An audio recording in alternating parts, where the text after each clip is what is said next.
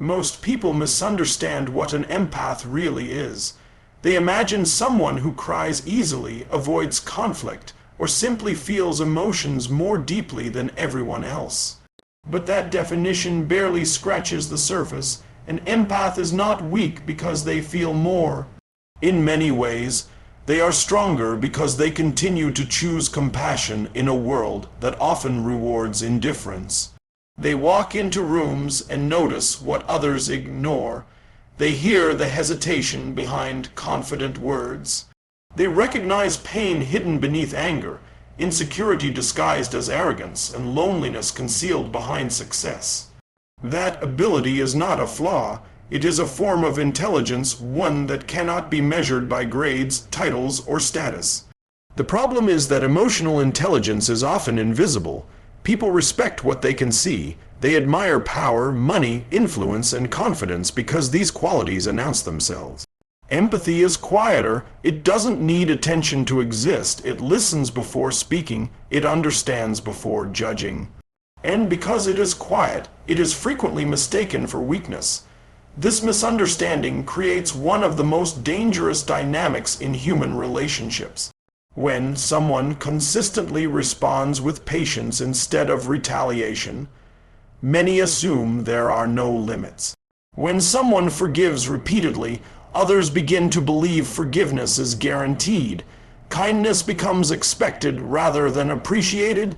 Compassion becomes exploited instead of respected. Psychology has long observed an uncomfortable truth about human behavior. People often test boundaries they cannot see. If no boundary appears, they keep moving forward. Not because every person is malicious, but because unchecked behavior has a tendency to expand. We naturally repeat what carries no consequence. And that is where many empaths find themselves trapped. They believe that understanding another person's wounds requires tolerating their harmful behavior. They confuse compassion with responsibility. They begin carrying emotional burdens that were never theirs to carry. Think about how often someone says, "I know they're hurting, that's why they act this way." On the surface, that sounds wise. It reflects maturity. It reflects emotional awareness. But if that sentence becomes the justification for endless disrespect, it stops being wisdom and becomes self-abandonment. Understanding someone's pain does not erase the damage they cause. This is where many empaths quietly lose themselves. They become experts at explaining other people's behavior, while becoming strangers to their own needs. They can describe exactly why someone lies, manipulates, withdraws, or lashes out. They understand childhood wounds, fear of abandonment, insecurity, and trauma. Yet they rarely ask the most important question: what is this relationship doing to me? That question changes everything. Because empathy without self-awareness slowly becomes emotional exhaustion. Every relationship requires a balance between giving and receiving.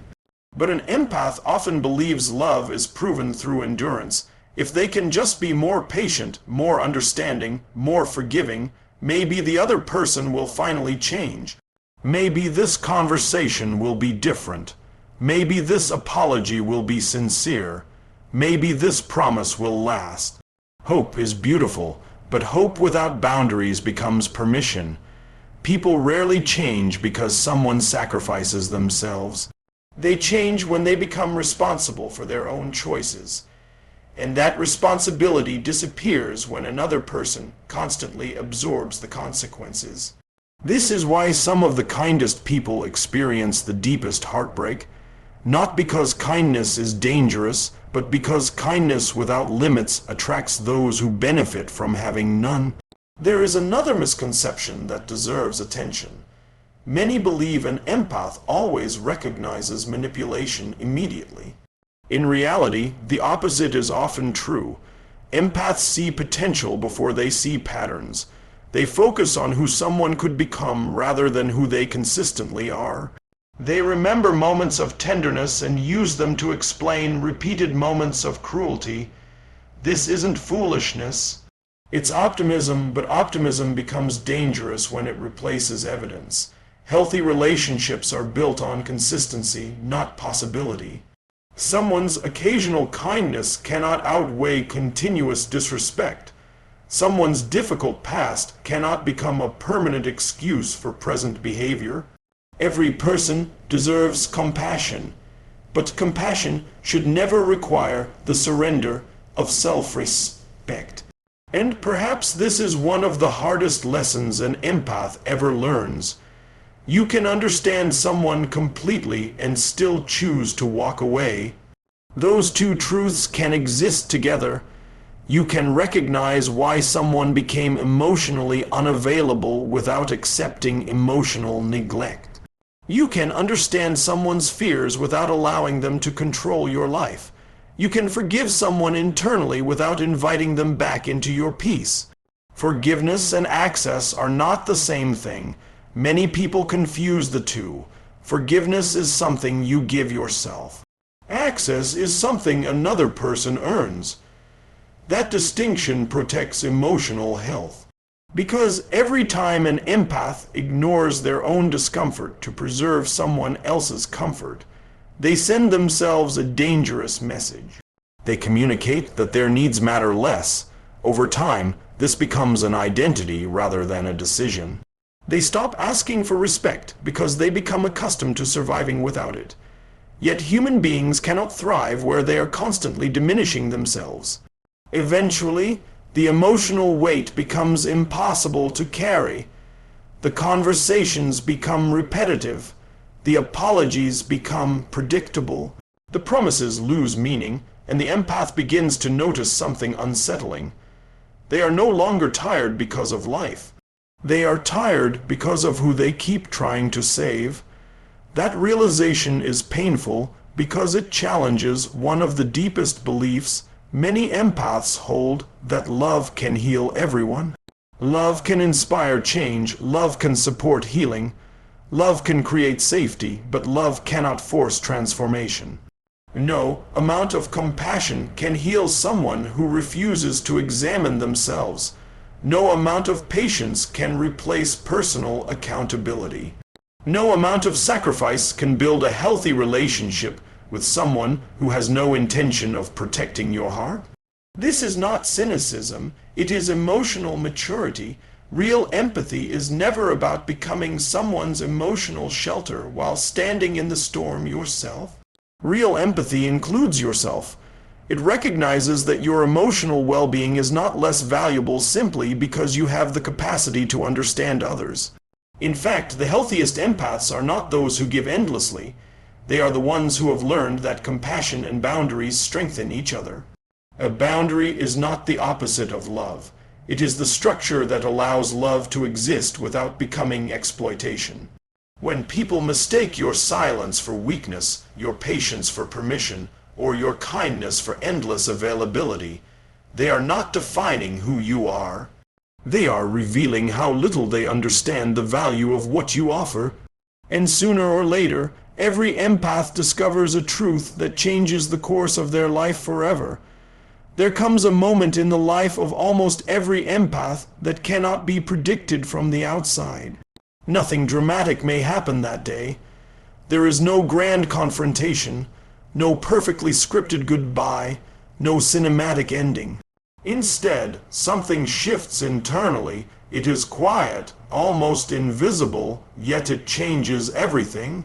For a long time, the empath believes that if they explain themselves more clearly, love more deeply, or become more patient, the relationship will finally become what they hoped it could be. They continue investing emotional energy because they remember who the other person was at their best. They keep waiting for potential to become reality, but eventually reality becomes impossible to ignore. There is only so many times a person can apologize without changing before the apology loses its meaning. There is only so many times trust can be rebuilt before the effort itself becomes exhausting. The empath begins to realize that they have been investing in promises while living with patterns. And patterns are always more honest than promises. This realization is rarely born from anger. It is born from clarity. Psychologically, this is one of the most significant turning points in human development. We often imagine transformation as something inspired by success. But more often than not, transformation begins with disappointment. Pain interrupts the stories we tell ourselves. It forces us to question assumptions we never thought to examine. For the empath, the deepest assumption is often this: if I love well enough, people will treat me well. It is a beautiful belief.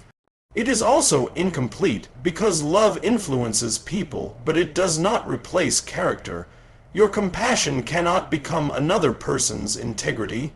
Your patience cannot become another person's maturity. Your loyalty cannot become another person's commitment.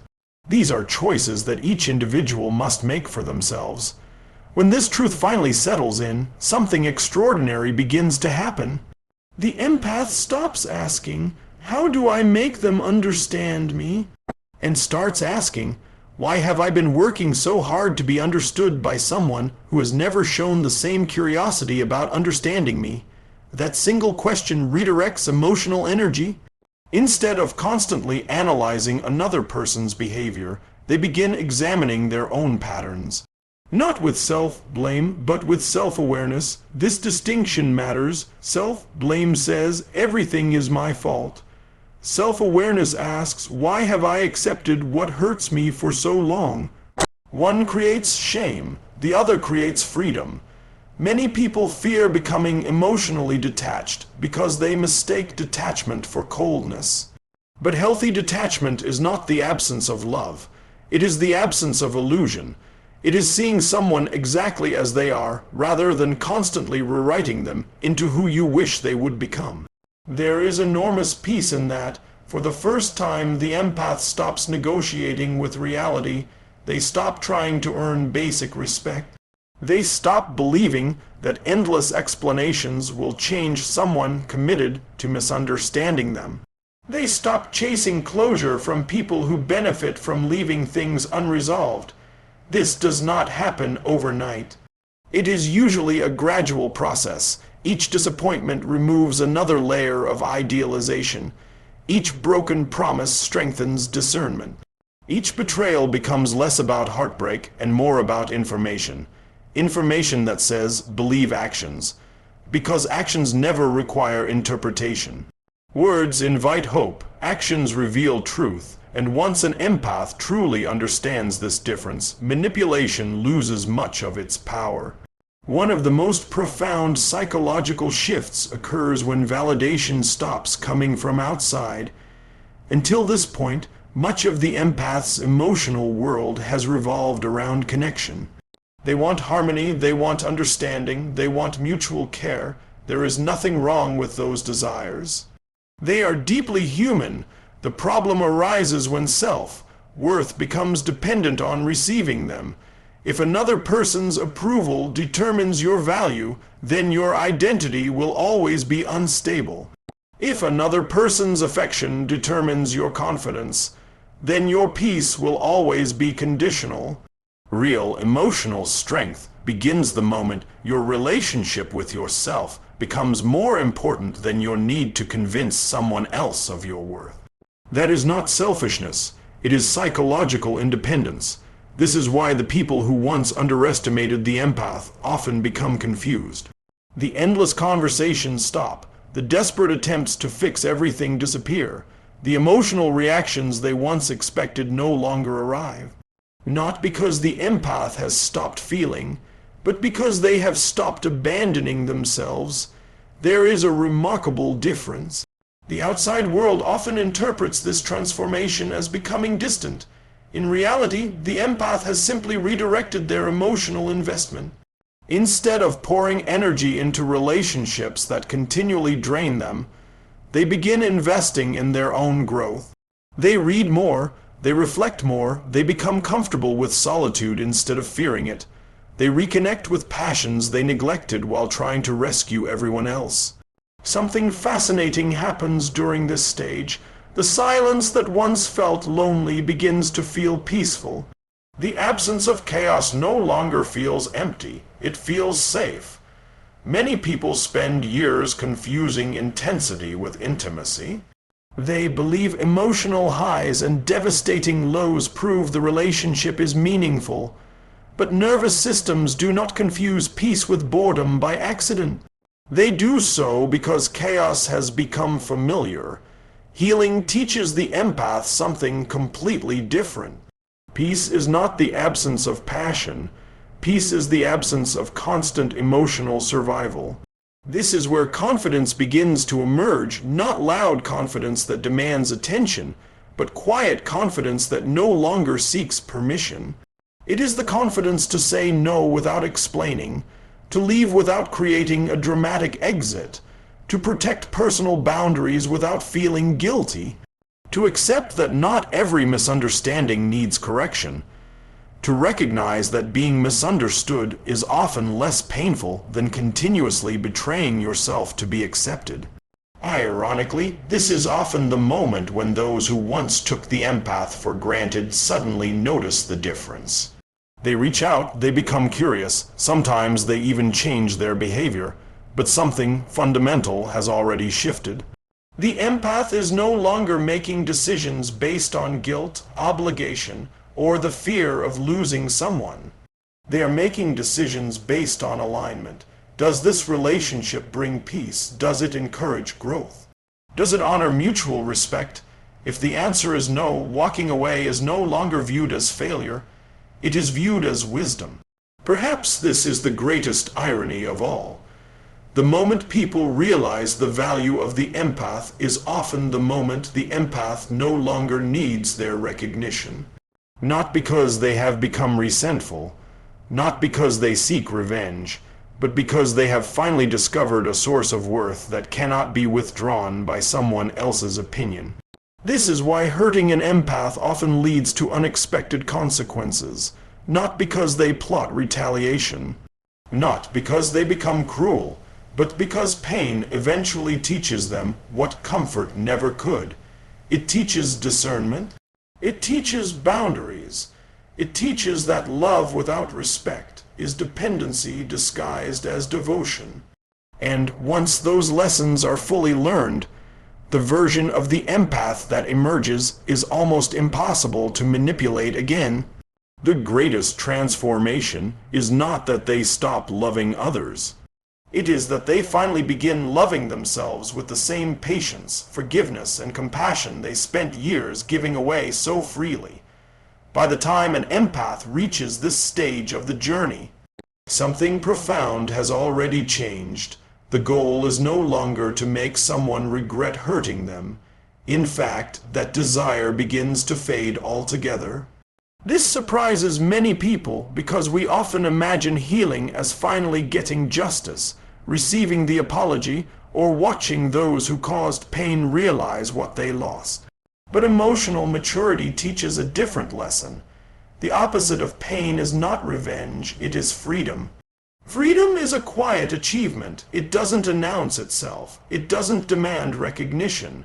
It doesn't require the people who hurt you to suddenly understand your value. Instead, it appears in ordinary moments. It is the morning you wake up and realize they are no longer the first thought on your mind. It is hearing their name without feeling your heart race. It is remembering the past without wanting to return to it. That is what genuine healing looks like. We often speak about moving on as though it is a destination, but psychologically, it is a process of reclaiming attention. Wherever your attention lies, your life follows. If your attention remains fixed on resentment, then the people who wounded you continue to occupy space in your future. They may no longer be physically present, but emotionally they are still shaping your days. This is why forgiveness in its healthiest form is not something you do for another person. It is an act of releasing your own mind from becoming a permanent home for someone else's mistakes. That does not mean forgetting. It does not mean pretending nothing happened. It does not mean allowing the same behavior to repeat. It simply means refusing to let yesterday become the architect of tomorrow. There is a philosophical idea that says suffering has two parts. The first is the event itself, the betrayal, the rejection, the disappointment. The second is the identity we build around that event. Many people experience pain, but then they unconsciously become the person who was abandoned, the person who was deceived, the person who was never enough. The experience transforms into a permanent definition. The empath eventually realizes something liberating. Pain is an experience. It is not an identity. You are not the worst thing someone did to you. You are not the lies they believed. You are not the love they failed to give. Those moments belong to your history, but they do not own your future unless you continue introducing yourself through them. This shift changes everything. Instead of asking, "Why did this happen to me?" the empath begins asking, "Who am I becoming because of what happened?" That question transforms suffering into growth. Because every difficult experience leaves behind two possibilities. It can leave scars that close the heart or wisdom that opens the eyes. The difference lies not in what happened, but in how we choose to carry it. One of the greatest misconceptions about strength is that it requires emotional hardness. We admire people who seem unaffected, who never cry, who never appear vulnerable, yet emotional numbness is not resilience. It is often protection disguised as power. Real resilience is different. It is the ability to remain open without becoming naive. To remain compassionate without becoming self-sacrificing. To remain trusting without ignoring discernment. The healed empath does not stop believing in people. They simply stop believing everyone deserves unlimited access to their life. That distinction is essential. Boundaries are not walls built to keep love out. They are doors that allow love to enter wisely. For many years, the empath believed that saying yes made them a good person. They believed availability proved love. They believed sacrifice demonstrated commitment. But healing introduces a different understanding. Sometimes the most loving word you can speak is no. No to disrespect. No to manipulation. No to relationships that repeatedly demand your peace as the price of belonging. Every no spoken to dysfunction becomes a yes spoken to your future. That is how lives change, not through dramatic transformations, but through small decisions repeated consistently. Choosing rest instead of emotional chaos, choosing honesty instead of people-pleasing, choosing self-respect instead of temporary approval. These choices seem insignificant at first, yet identity is built exactly this way. We become what we repeatedly practice. If you repeatedly abandon yourself, self-abandonment becomes familiar. If you repeatedly honor yourself, self-respect becomes natural. Eventually, you no longer have to remind yourself to protect your peace. It becomes your instinct, and this is often the part that others misunderstand. They assume the empath has become cold. They say, "You've changed." They're right, but not in the way they imagine. The empath has not lost their kindness. They have simply stopped offering it where it is consistently mistaken for weakness. Kindness is still present. It is simply accompanied by wisdom.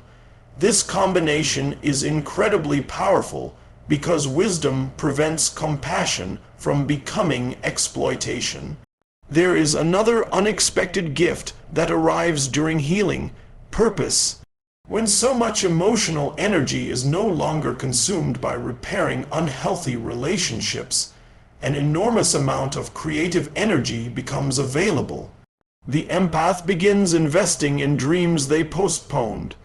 They strengthen friendships built on reciprocity. They pursue work that reflects their values.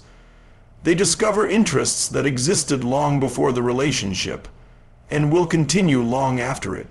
Life becomes larger than survival. Instead of asking, "Who will love me?" they begin asking, "What kind of life do I want to build?" That is one of the healthiest questions any human being can ask. Because meaningful lives are not constructed around finding one person who completes us. They are constructed by becoming complete enough that our relationships become meaningful additions rather than emotional necessities. Ironically, this is also when healthier relationships begin to appear, not because healing magically attracts perfect people, but because healed people recognize unhealthy dynamics much earlier. They no longer confuse inconsistency with mystery. They no longer confuse emotional intensity with intimacy. They no longer confuse being needed with being loved. They recognize that love feels safest when respect, honesty, and consistency exist together. Perhaps this is the deepest regret experienced by those who once hurt an empath. It is not that the empath seeks revenge. It is not that they become successful to prove someone wrong. It is not that they spend years waiting for the perfect opportunity to settle the score. The regret comes from realizing that the person they underestimated has become someone they can no longer reach in the same way.